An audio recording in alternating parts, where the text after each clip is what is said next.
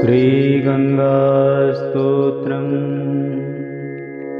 देवी सुरेश्वरी भगवती गंगे, त्रिभुवनतारिणी तरल तरंगे।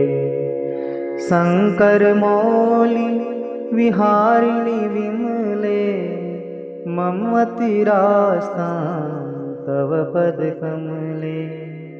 भागीरथी सुख दायिनी मातस्तव जल महिमा निगमे ख्यातः।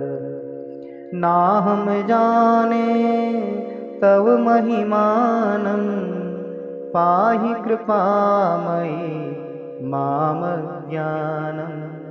हरिपदपाद्य तरंगिणी गंगे, हिमविधुमुक्ता धवल तरंगे। दूरीकुरु मम दुष्कृति भारं, कुरु कृपया भव सागर पारं। तव जलममलं येन निपीतं, परमपदं खलु तेन गृहीतं। मातर्गंगे त्वय्यो भक्तः, किल तं दृष्टुं नयमः सक्तः। पतितोद्धारिणि जाह्नवी गंगे, खंडित गिरिवर मंडित भंगे। भीष्म जननी है मुनिवर कन्ये, पतित निवारिणी त्रिभुवन धन्ये। कल्पलतामिव फलतां लोके, प्रणमति यस्त्वां न पतति शोके। पारावार विहारिणि गंगे, विमुख युवती कृत तरलापांगे। तव चेन्मातः स्रोतः स्नातः, पुनरपि जठरे सोऽपि न जातः। नरक निवारिणि जाह्नवी गंगे, कलुष विनाशिनी महिमोतुंगे। पुनरसगंगे पुण्यतरंगे, जय जय जाह्नवी करुणापांगे। इंद्रमुकुटमणि राजित चरणे, सुख दे धृत्य शरण्ये। रोगं शोकं तापं पापं, हर मे भगवती कुमति कलापं।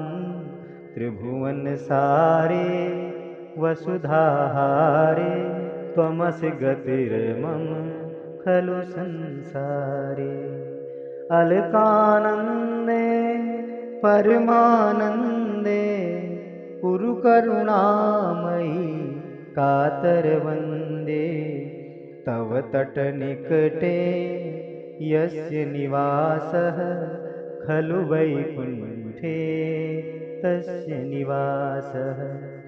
वरमिह नीरे कमठोमीनः, किं वा तीरे सरटः क्षीणः।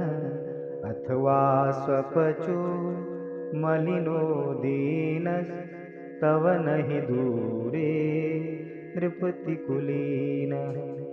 भो भुवनेश्वरि पुण्ये धन्ये, देवि द्रवमयि मुनिवर कन्ये।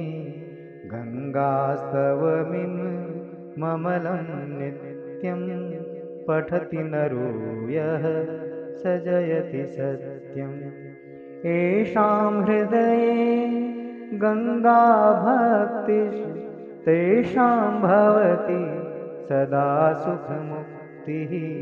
मधुरा कान्ता पच्छटिकाभिः, परमानंद कलित ललिताभिः।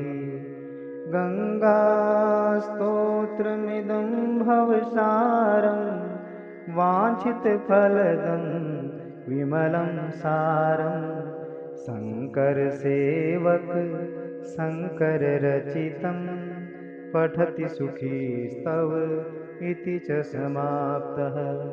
इति श्रीमत्शङ्कराचार्यविरचितं गङ्गास्तोत्रं सम्पूर्णम्।